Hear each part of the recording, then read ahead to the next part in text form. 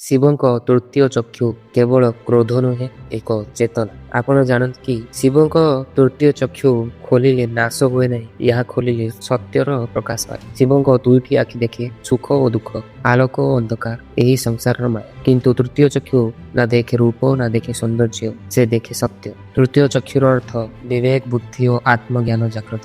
ଆମେ ଏହାଠାରୁ ଏହା ଶିଖିବା ଉଚିତ। ତୃତୀୟ ଚକ୍ଷୁ କେବେ ଖୋଲେ? ଶିବ କେବେ ରୋଷରେ ନୁହେଁ, ଅନ୍ୟର ସୀମା ଛାଡ଼ିଗଲେ ତୃତୀୟ ଚକ୍ଷୁ ଖୋଲନ୍ତି। ଯେତେବେଳେ ଅହଙ୍କାର ବଢିଯାଏ, କାମନା ମଣିଷକୁ ନିୟନ୍ତ୍ରଣ କରେ, ଧର୍ମ ଅଧର୍ମରେ ପରିଣତ ହୁଏ, ସେତେବେଳେ ଶିବଙ୍କ ତୃତୀୟ ଚକ୍ଷୁ ନାଶ ପାଇଁ ନୁହେଁ, ସଂଶୋଧନ ପାଇଁ ଖୋଲେ। ଏହାର ଏକ ଉଦାହରଣ ଆପଣ ଜାଣିଥିବେ।